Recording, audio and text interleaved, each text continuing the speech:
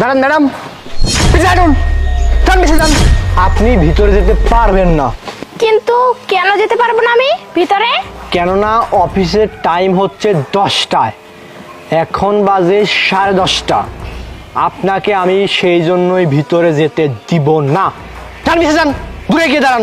এই শোন, আমি না এখানকার তোর মতো 2 টাকা দামের সিকিউরিটি গার্ড না, আমি এখানকার ম্যানেজার। বেশি কথা বলবি না, সর এখান থেকে বলছি। সিকিউরিটি গার্ড হই আর যেই হই না কেন, আইন সবার জন্য সমান, বুঝতে পারছেন? আমি আপনাকে একবার বলছি ভিতরে যাইতে দিব না, তো দিব না। কি করবেন আপনি?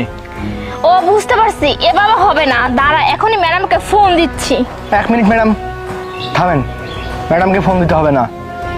এখন আপনার কেমন লাগতেছে?